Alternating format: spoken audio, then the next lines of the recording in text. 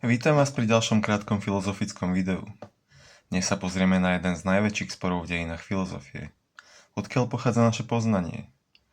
Je rozum schopný objavovať pravdu sám od seba, alebo sa všetko učíme až prostredníctvom skúseností? V podobe, v akej ich poznáme dnes, sa racionalizmus a empirizmus rozvíjali najmä v 17. a 18. storočí. Nešlo však o úplne nové myšlienky, ale skôr o nové spracovanie veľmi starého filozofického sporu. Už antickí filozofi riešili, či je spoľahlivejším zdrojom poznania rozum alebo zmysly.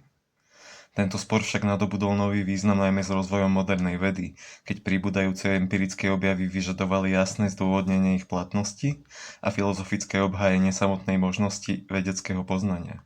Začnime racionalizmom. Racionalisti tvrdili, že rozum nie je iba nástroj na spracovanie informácií zo sveta, ale sám obsahuje princípy, ktoré nám umožňujú dospieť k pravdivému poznaniu. Najznámejším predstaviteľom bol René Descartes. K významným racionalistom patrili aj Baruch Spinoza, ktorý zdôrazňoval logickú nevyhnutnosť sveta, a Gottfried Wilhelm Leibniz, ktorý veril, že každá vec má svoj dostatočný dôvod. Racionalisti kladli dôraz na dedukciu. Dedukcia znamená, že z všeobecných princípov vyvodzujeme konkrétne závery. Ak sú východiskové predpoklady pravdivé a logicky správne nadviazané, pravdivý musí byť aj záver. Napríklad, ak všetky nápoje v automate stoja 2 € a espresso je nápoj z tohto automatu, potom aj espresso stojí 2 €. Abstraktnejším príkladom je matematika, kde z axiómov logicky vyplývajú nutné závery.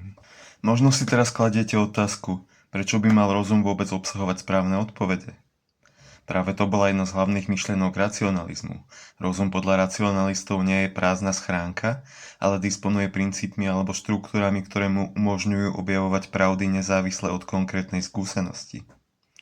Svet je podľa nich usporiadaný rozumne. Realita má vo svojej podstate logickú a zákonitú štruktúru, ktorú môže ľudský rozum aj pochopiť.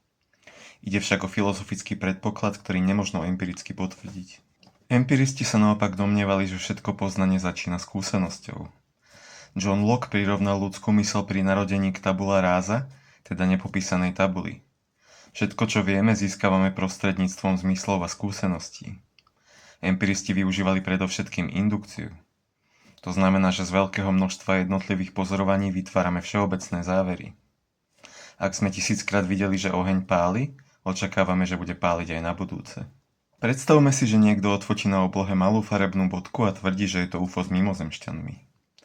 Indukcia postupuje od jednotlivých pozorovaní k pravdepodobnému záveru. Pozorovanie je jednoduché. Na fotografii je farebná bodka. Potom si človek spomenie na svoje predchádzajúce skúsenosti. Väčšina podobných fotografií sa napokon ukáže ako odlesk objektívu, planéta, lietadlo, dron, digitálny šum alebo hmyz blízko objektívu.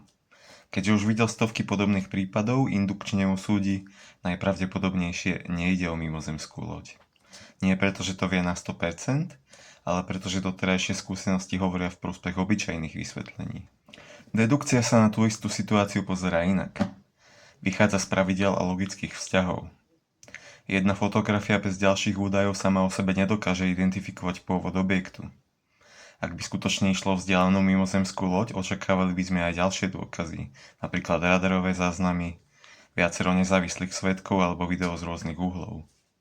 Keďže máme iba jednu rozmazanú fotografiu, nemožno z nej deduktívne vyvodiť, že ide o mimozemskú loď. Racionalista by povedal, že z neznalosti pôvodu objektu logicky nevyplýva, že ide o mimozemšťanov. Empirista by zase upozornil, že doterajšie skúsenosti hovoria v prospech bežných vysvetlení. David Hume však prišiel s oveľa radikálnejšou kritikou. Podľa Humea totiž nikdy priamo nepozorujeme nevyhnutnú súvislosť medzi príčinou a následkom. Vidíme iba to, že po jednej udalosti pravidelne nasleduje druhá.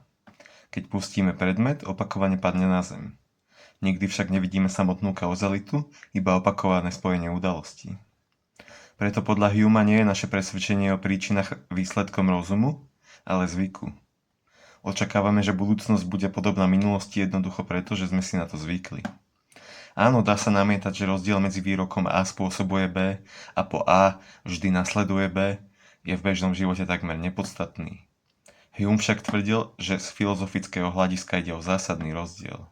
Ak mal Hume pravdu, potom si nemôžeme byť úplne istí ani mnohými vedeckými zákonmi, pretože aj tie vychádzajú z indukcie, z opakovaných pozorovaní, nie z logickej istoty. Na tento problém sa pokúsil odpovedať Immanuel Kant. Kant súhlasil s empiristami, že poznanie začína skúsenosťou. Zároveň však súhlasil s racionalistami, že samotná skúsenosť nestačí. Podľa Kanta totiž naša myseľ aktívne usporadúva všetko, čo vnímame. Skúsenosť nám dáva obsah, ale rozum jej dáva formu. Slávna Kantová veta preto znie: poznanie síce začína skúsenosťou, ale nepochádza celé zo skúsenosti. A napokon Friedrich Nietzsche. Nietzsche už otázku racionalizmu a empirizmu nevidel ako spor, ktorý by bolo možné jednoducho rozhodnúť. Podľa neho totiž problém nespočíva iba v tom, akou cestou sa snažíme dospieť k pravde, ale aj v tom, čo vlastne slovom pravda myslíme. Nedôveroval predstave, že čistý rozum dokáže odhaliť nadčasové pravdy. Zároveň však neveril ani tomu, že nám samotná skúsenosť dokáže ukázať svet taký, aký naozaj je. Každé poznanie je podľa neho nevyhnutne interpretáciou. To, ako svet chápeme, závisí od nášho jazyka, našej kultúry, našich hodnôt a dokonca aj od našich psychologických potrieb. Neznamená to, že všetky názory sú rovnako pravdivé, ale že k svetu nikdy nepristupujeme z úplne neutrálneho stanoviska. Nietzsche tak neposunul filozofiu na stranu racionalizmu ani empirizmu, skôr spochybnil ich spoločný predpoklad, že existuje jediná objektívna pravda, ku ktorej sa možno správnou metódou jednoducho dopracovať. Podľa neho totiž každé poznanie vždy vzniká z určitej perspektívy.